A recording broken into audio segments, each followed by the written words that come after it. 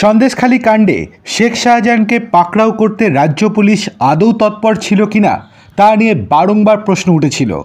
এবার তার থেকেও বেশি প্রশ্ন উঠছে সিবিআইয়ের হাত থেকে শাহজাহানকে রাজ্য পুলিশের হাতে ফিরিয়ে আনার জন্য রাজ্যের তৎপরতা নিয়ে। অনেকেই বলছেন শাহজাহান একজন অভিযুক্ত, তার বিরুদ্ধে যে অপরাধের অভিযোগ উঠেছে তার সঙ্গে রাজ্য সরকারের যোগাযোগ নেই বলেই প্রশাসন দাবি করেছে। তাহলে তার বিরুদ্ধে সিবিআই তদন্ত করলে রাজ্যের আপত্তি কেন এত? কলকাতা হাইকোর্টের দেওয়া সিবিআই তদন্তের নির্দেশের বিরুদ্ধে সুপ্রিম কোর্টে গিয়ে কেন জনগণের টাকা অকাতরে খরচ করা হচ্ছে তা নিয়েও প্রশ্ন উঠছে। সন্দেশখালী মামলায় ইডি অফিসারদের ওপর হামলার ঘটনায় সিবিআই তদন্তের নির্দেশ দিয়েছে কলকাতা হাইকোর্ট। সেই মামলার বিরুদ্ধে তড়িঘড়ি সুপ্রিম কোর্টে ছুটেছে রাজ্য সরকার। অন্য গুরুতর মামলার মতোই রাজ্য সরকারের হয়ে শীর্ষ আদালতে সওয়াল করতে নেমেছেন আইনজীবী অভিষেক মনু সিংভি।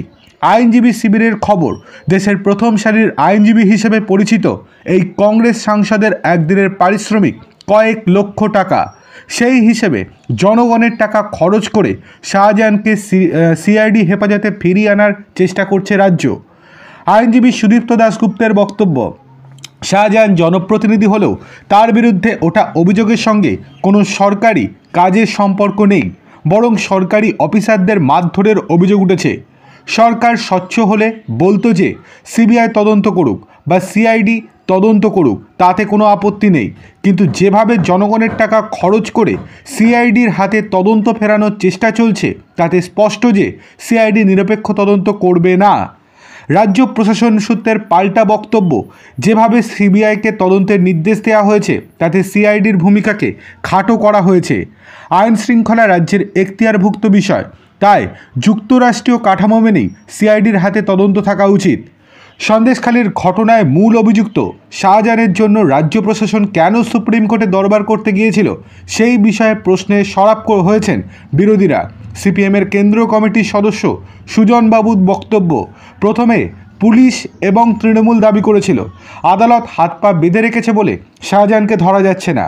আদালত যখন সেই অপব্যাখ্যা ভেঙে দিল এবং বলে দিল পুলিশ তো বটেই, সিআইডি এবং সিবিআই ইডি যে কেউ শাহজাহানকে গ্রেপ্তার করতে পারবে, কোনো বাধা নেই, তখন তড়িঘড়ি তাকে গ্রেপ্তার দেখানো হলো। আবার সেই শাহজাহানকেই সিবিআইয়ের হাতে তুলে দেওয়া আটকাতে জনতার করের টাকায় সুপ্রিম কোর্টে গিয়েছিল রাজ্য।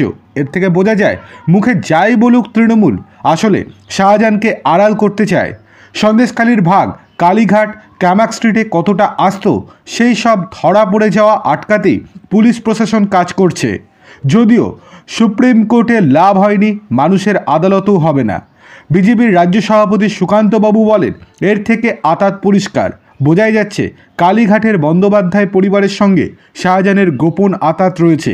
আর তাই শাহজাহানকে যাতে কেন্দ্রীয় সংস্থা হেফাজতে না পায় সেজন্য সর্বস্ব পণ করে সুপ্রিম কোর্টে যেতে হচ্ছে।